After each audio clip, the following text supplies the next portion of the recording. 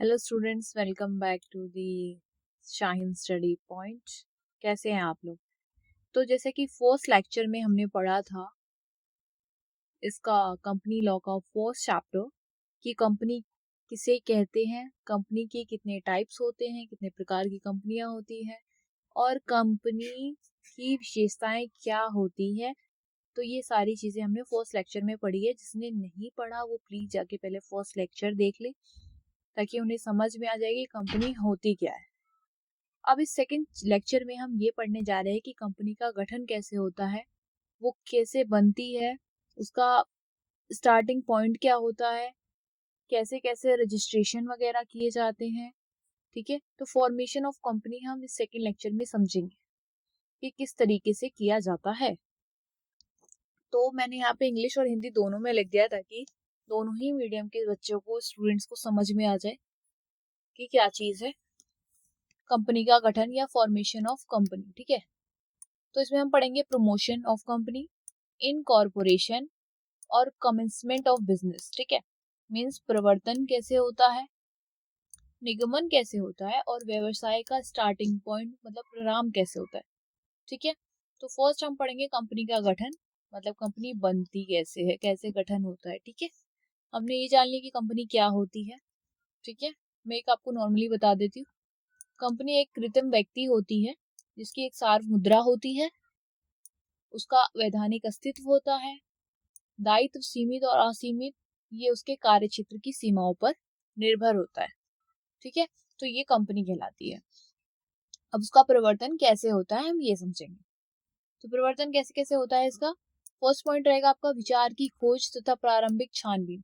अब हमें ये सबसे पहले डिसाइड करना पड़ता है कि हम किस बेसिस पे व्यवसाय करने जा रहे हैं, किस किस वजह से उस कंपनी को ओपन कर रहे हैं, कोई कौन सा प्रोडक्ट लॉन्च करने जा रहे हैं, वो चीजें हमारे पास होनी चाहिए। विचार की खोज मतलब हमें पहले उस चीज के बारे में सोचना पड़ेगा, उसकी छानबीन करनी पड़ेगी, उसके बाद ही हम किसी कंपनी का गठन करते हैं। ठीक है, फिर सेकंड है इस विचार को कार्य रूप देने के लिए आवश्यक कार्यवाही करना।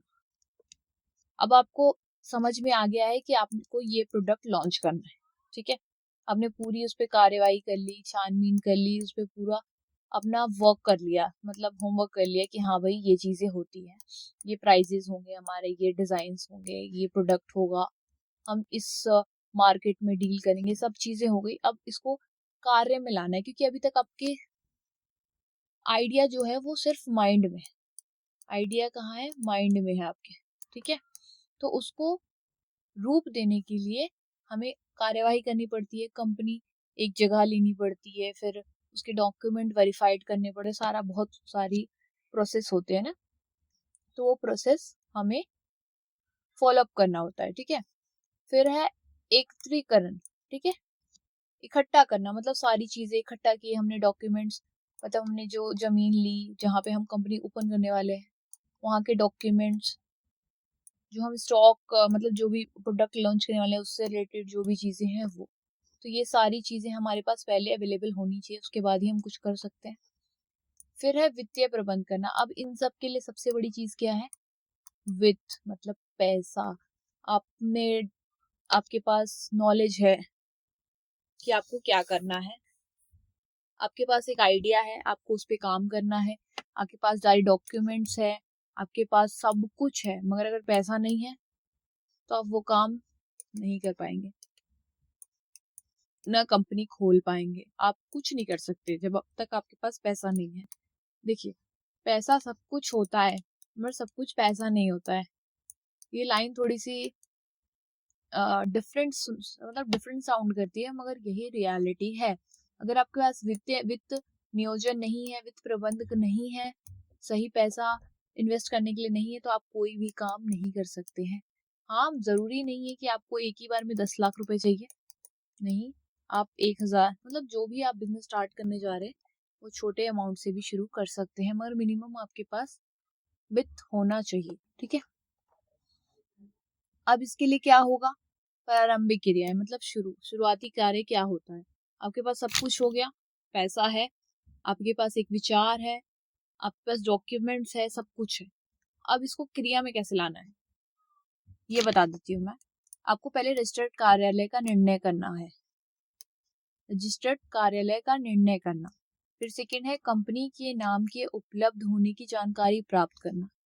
अब देखो क्या होता है ना कि आपको तो पहले रजिस्टर्ड कार्यालय मतलब जहाँ पे आपको रजिस्टर कराना है वो आपको डिसाइड करना पड़ेगा कि किस तरह की कंपनी है और किस मतलब किस कार्यालय में वो जाकर रजिस्टर्ड होगी, ये सब चीजें पता करनी पड़ेगी, ठीक है। उसके बाद है कंपनी का नाम। अब इसमें क्या पॉइंट है, इससे बहुत लोग कंफ्यूज हो जाते हैं। कंपनी के नाम के उपलब्ध होने की जानकारी प्राप्त करना, तो आप कंपनी का नाम खुद डिसाइड करोगे ना? नहीं, डिसाइड तो आप खुद ही करोगे, मगर होता क्या है कि जब आप रजिस्टर करवाने जाओगे, अगर वो नाम ऑलरेडी किसी कंपनी का है तो वो आप नहीं ले सकते, वो इलीगल हो जाएगा जब तक आपने फ्रेंचाइजी नहीं ली होगी। फ्रेंचाइजी एक अलग वर्ड हो गया। अब बहुत स्टूडेंट्स को पता भी होगा फ्रेंचाइजी क्या होती है, बहुतों को नहीं भी पता होगा, तो प्लीज कमेंट सेक्शन में प्लीज बताइएगा किसे पता है फ्रेंचाइजी होती क्या है, ठीक है। तो कंपनी का नाम जो होता है वो बहुत स्पेसिफिक होता है, उसी से सब आपको या आपकी कंपनी को जानते हैं। क्योंकि कोई ये नहीं कहता ना कि ये बंदा ये कर रहा है, वो ये कहता है कि इस कंपनी में काम कर रहा है। जैसे मैंने आपको बताया गूगल, गूगल एक बहुत बड़ी कंपनी है ना। अगर तो मतलब उसका नाम दूसरा कोई यूज नहीं कर सकता। उसी तरीके से कोई और कंपनी होगी, कुछ बहुत सारी कंपनीज के नाम होते हैं।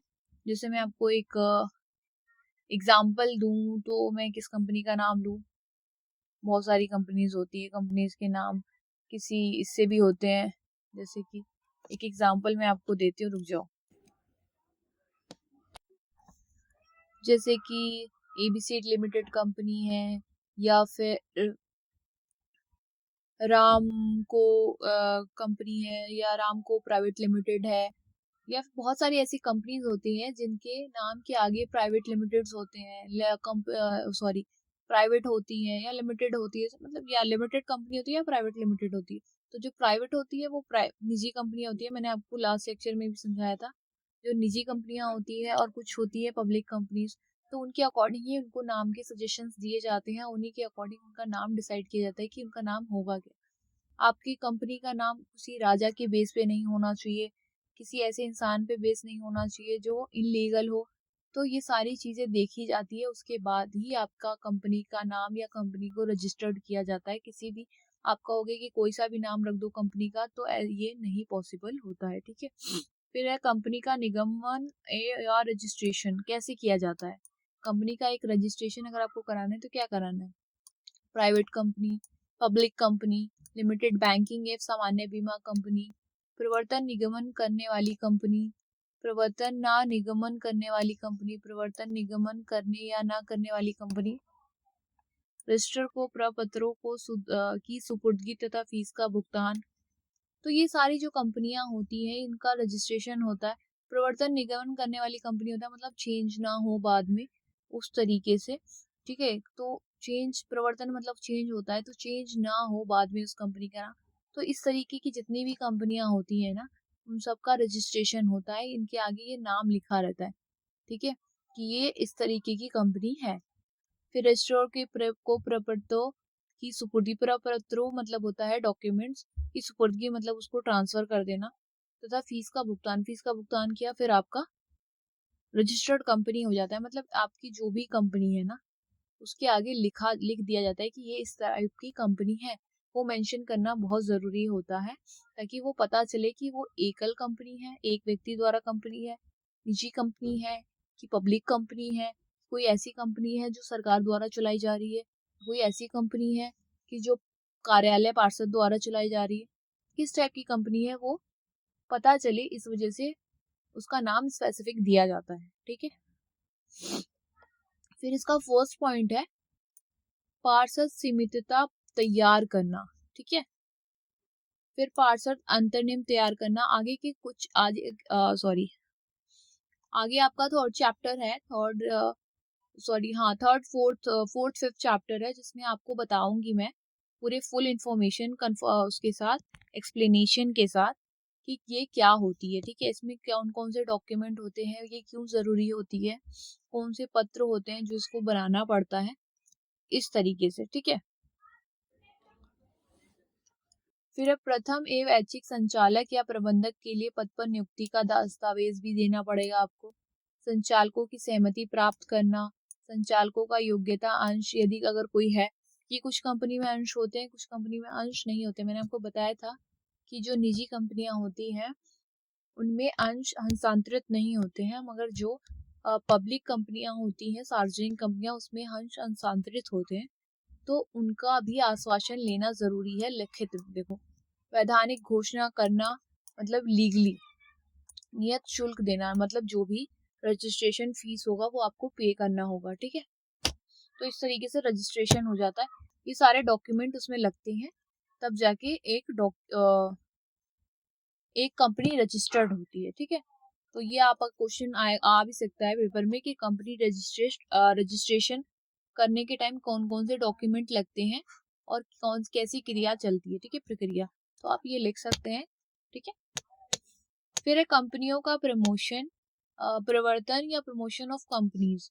जब कोई व्यक्ति किसी कंपनी के आरंभ करने का विचार करता है तो यह भी सोचता है कि इस कंपनी द्वारा किए जाने वाले व्यवसाय का क्या क्षेत्र होगा, इसके लिए आवश्यक सामग्री कहाँ प्राप्त होगी, इसकी पूंजी किस प्रकार एकत्र की जाएगी, इसकी स्थापना के लिए क्या क्या वैधानिक कार्रवाई करनी पड़ेगी। ये एक प्राइवेट कंपनी होगी या पब्लिक कंपनी।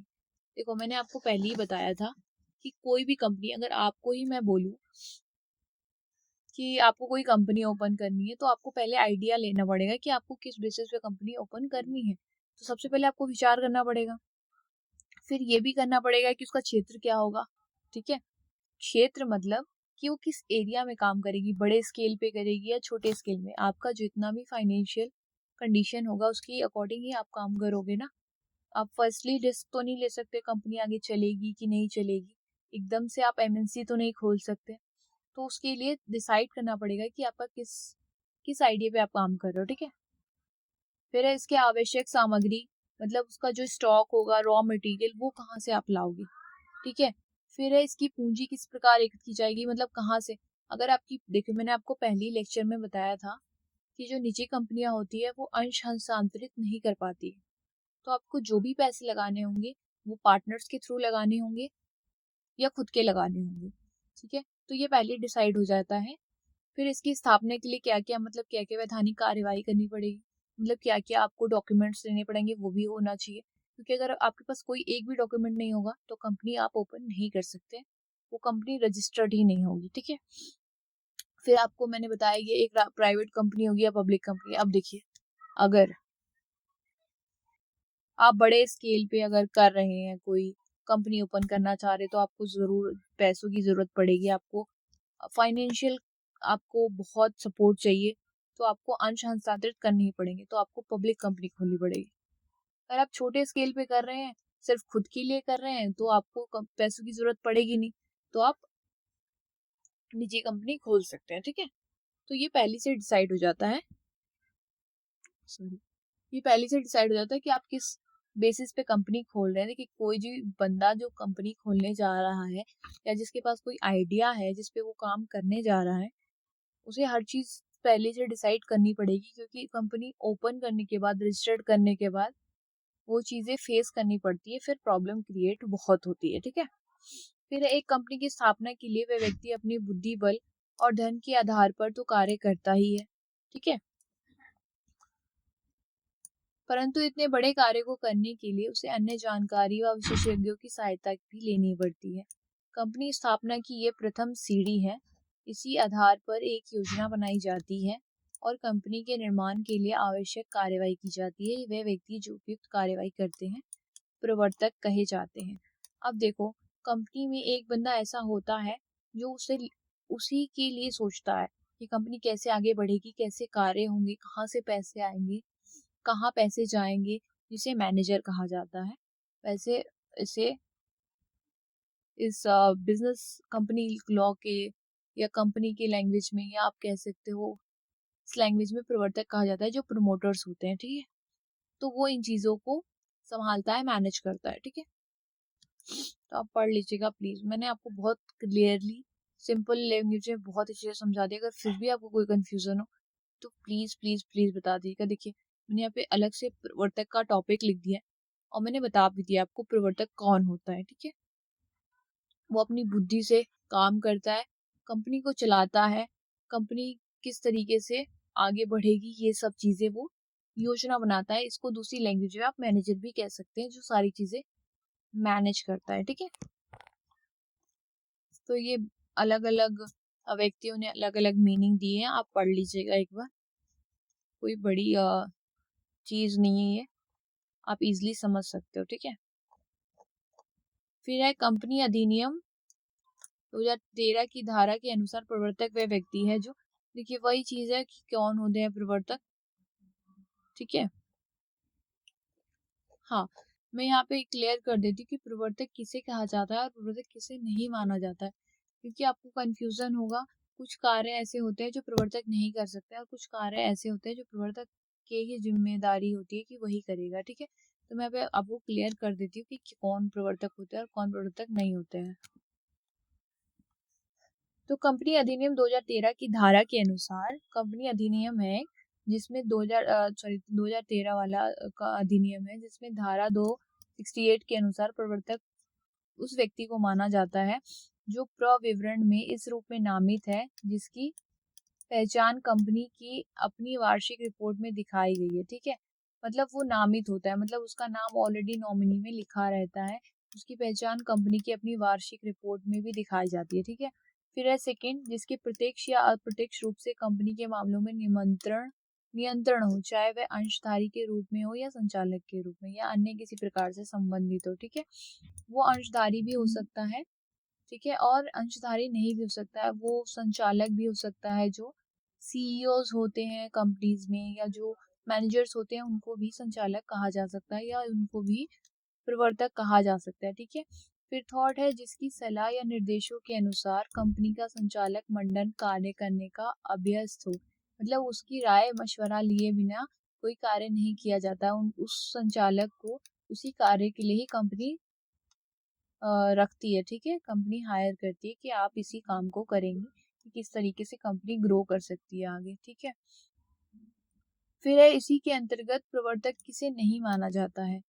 माना किसे नहीं जाता है, वह व्यक्ति जो केवल अपने व्यवसायिक दायित्वों का पालन करता है, जैसे सॉलिसिटर मतलब वकील, जो प्रवर्तकों के निर्देश पर कंपनी के निगमन या प्रविवरण हेतु आवश्यक दस्तावेज तैयार करता है, ठीक है। अब देखो यहाँ पे इसको प्रवर्तक इसलिए नहीं माना जाता वकील को, क्योंकि वो सिर्फ क्या करता है, वो सिर्फ डॉक्यूमेंट तैयार करता है, वो भी किसके कहने पे, प्रवर्तक के कहने पे। अब प्रवर्तक कंपनी के ग्रोथ करने मतलब ग्रोथ के लिए सोच रहा है कि कैसे कंपनी आगे बढ़ सकती है, क्या क्या प्रॉब्लम्स होती है, तो उसके अकॉर्डिंग वो डॉक्यूमेंट इससे वेरी तैयार करवाता है।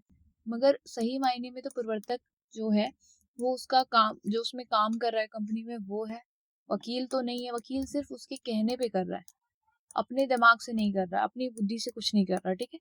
तो इसीलिए उसको प्रवर्तक नहीं कह सकते, ठीक है। और वो भी व्यक्ति जो सिर्फ अपने दायित्वों का पालन कर रहा है।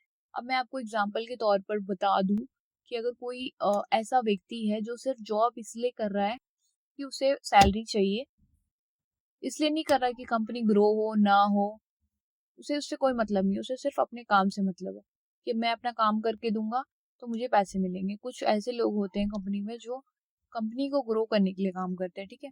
जो कंपनी को ग्रो करने के लिए करते हैं वो प्रवर्तक कहलाते हैं, और जो कंपनी को ग्रो नहीं, खुद के ग्रो के लिए करते हैं, वो प्रवर्तक नहीं होते, ठीक है। वह व्यक्ति जो केवल पार्षद मतलब memorandum of association, MOA, MOA, ये आगे वाले चैप्टर में आपको मैं पूरा क्लियर एक्सप्लेनेशन करूंगी कि ये है क्या चीज, ठीक है। अभी आप ये समझ लीजिए कि ये एक डॉक्यूमेंट होता है पर हस्ताक्षर करता है, ठीक है, वो व्यक्ति प्रवर्तक नहीं माना जाता। मतलब सिर्फ इस पे साइन करने वाला नहीं। अब देखिए, वो सिर्फ प्रूफ के लिए साइन कर रहा है कि हाँ भाई मैं इस पे साइन कर रहा हूँ, मगर वो काम कुछ नहीं कर रहा है ना, तो वो भी नहीं कहलाता है, ठीक है। वह व्यक्ति जो अपने व्यापार के सामान्य अनुक्रम में या तो दलाल करता है या बैंकर है, ठीक है, जो सिर्फ कार्य कर रहा होता है, उसको भी नहीं कहते। वह व्यक्ति जो केवल पूंजी का अभिगोपक है, मतलब सिर्फ पैसे उसने दिए हैं उसके लिए। देखो, अगर आपको मैं एक डेफिनेशन में बताऊं तो प्रवर्तक वो इंसान है जो कंपनी को ग्रो करता है, ठीक है। और जो इंसान अपनी बुद्धि चलाकर कंपनी के अच्छे के लिए, भलाई के लिए सोचता है, वो प्रवर्तक कहलाता है। प्रमोटर का मतलब क्या हुआ? प्रमोशन, मतलब वो प्रमोट कर रहा है कंपनी को हर तरीके से।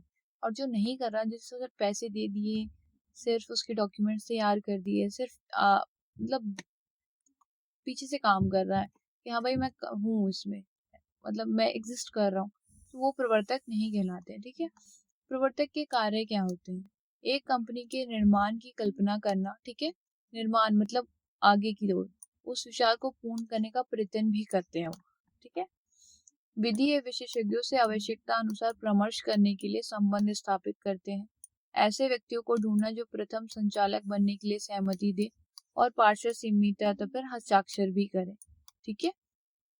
कंपनी का नाम, उद्देश्य, पूंजी का निर्णय करना, यदि आवश्यक हो तो कंपनी की पूंजी के अभिगोपन का प्रबंध भी करना।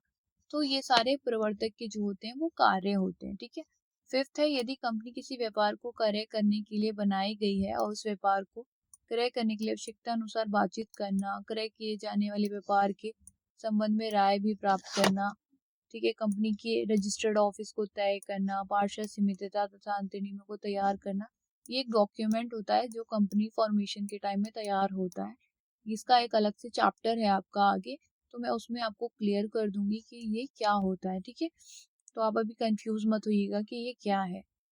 कंपनी की रजिस्ट्री के लिए उचित प्रबंध करना, उसके प्रमाण पत्र प्राप्त करना, कंपनी के हित के लिए यदि आवश्यक हो तो विक्रेता एवं अभिगोपक के साथ किए जाने वाले अनुबंधों को पूरा करने के लिए आवश्यक प्रबंध करना। इसके बहुत सारे कार्य हैं जो सिर्फ कंपनी से रिलेटेड होते हैं। ठीक है। न्यूनतम विधान का प्रबंध करना, प्रारंभिक व्ययों का भुगतान, अंशेको, कानूनी सलाहकारों की नियुक्ति करना। जैसे मैंने अभी ऊपर आपको बताया कि वकील को ये बताता है कि किस तरीके से कंपनी को किस डॉक्यूमेंट की जरूरत होती है। कंपनी के लिए बैंकों को निर्धारित करना, कौन सा बैंक अच्छा इंटरेस्ट देगा या कौन सा बैंक हमारे पैसों को अच्छे से रखेगा, वो भी दे बताता है। ये प्रवरण तैयार करना मतलब डॉक्यूमेंट तैयार करना, इसके प्रकाशन और विज्ञापन का प्रबंध करना, ये एडवर्टीजमेंट मतलब कि हर तरीके से कंपनी को ग्रो करने में कार्य करता है।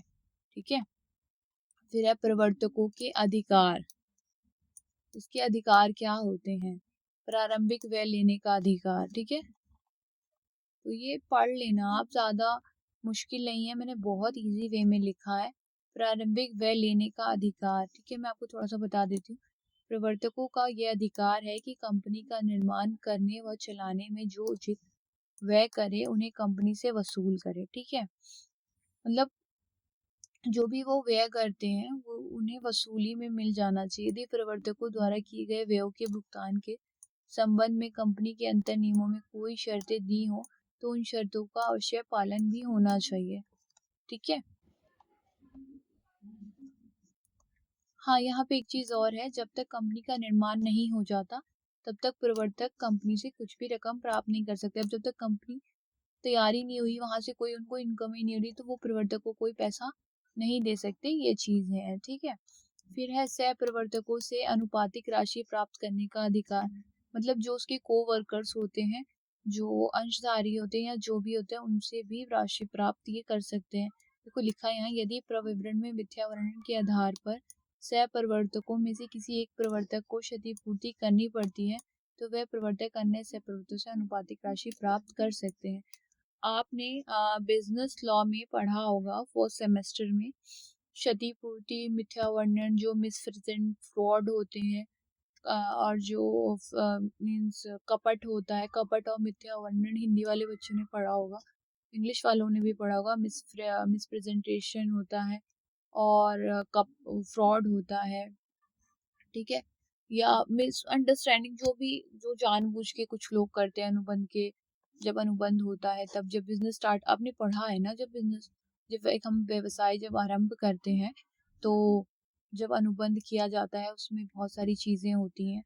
तो अगर उस टाइम में किसी एक ने भी मिथ्या वर्णन किया होता है या फिर कपट किया होता है तो उसके बिहाफ पे उन्हें क्षतिपूर्ति मिलती है। तो क्षतिपूर्ति अगर किसी एक को देनी पड़ती है तो वो सबसे उसका आनुपातिक राशि प्राप्त कर सकते हैं। ठीक है। ये होता है। तो आपको अगर याद हो तो प्लीज, अगर नहीं याद हो तो मुझे कमेंट में बता दीजिएगा, मैं आपको और एक्सप्लेन कर दूंगी, नहीं तो आप बिजनेस लॉ का आराम से जाके वो चैप्टर देख सकते हैं।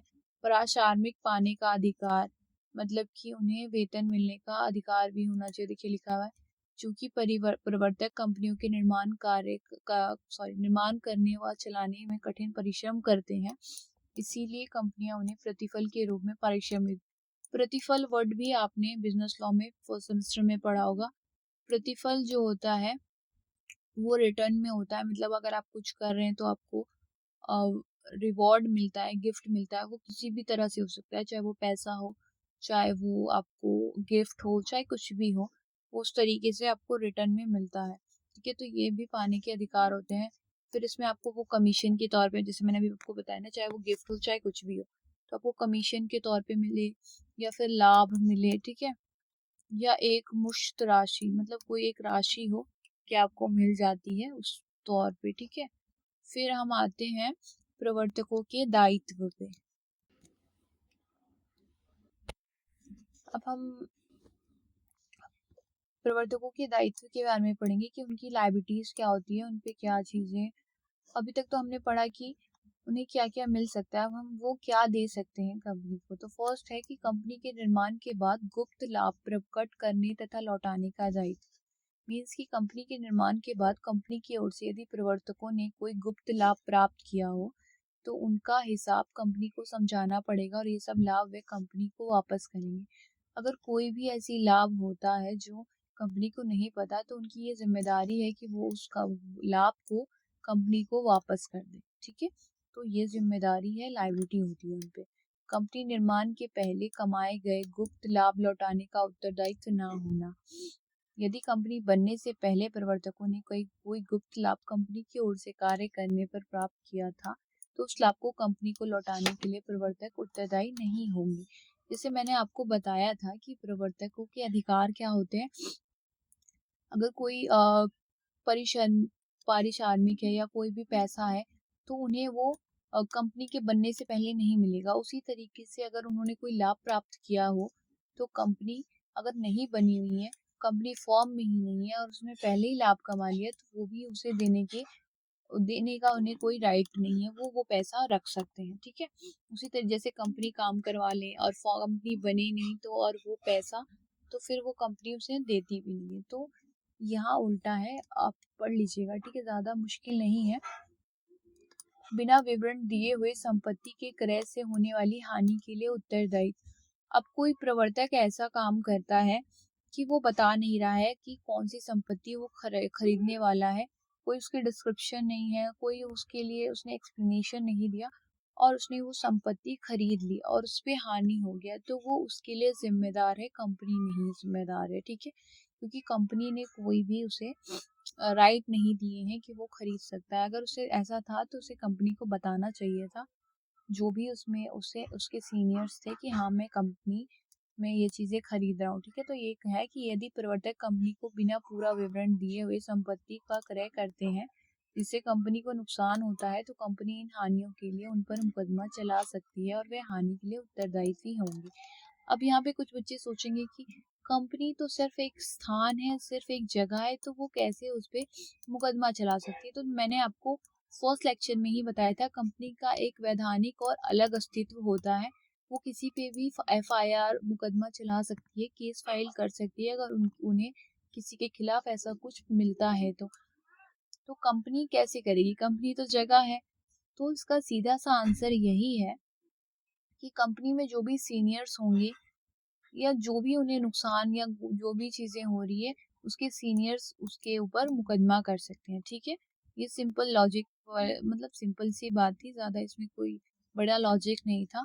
ठीक है, तो प्रवर्तक चाहे कोई भी हो, वो चाहे उसका मैनेजर हो, चाहे सीनियर मैनेजर हो, सीईओ कोई भी हो, उसे पहले उसके बारे में कंपनी में ईमेल के थ्रू या किसी भी थ्रू डॉक्यूमेंट देने पड़ेंगे, कुछ भी देना पड़ेगा, ताकि हम उसके रिपोर्ट्स में पता हो कि वो उस कंपनी को या उस संपत्ति को खरीदने जा रहा है, और इतने में खरीदने जा रहा है, कितने पैसे में खरीदने जा रहा है, वो रकम भी वो बताएगा, सारा डिस्क्रिप्शन, मतलब सारा कुछ बताएगा, सारा डॉक्यूमेंट देगा।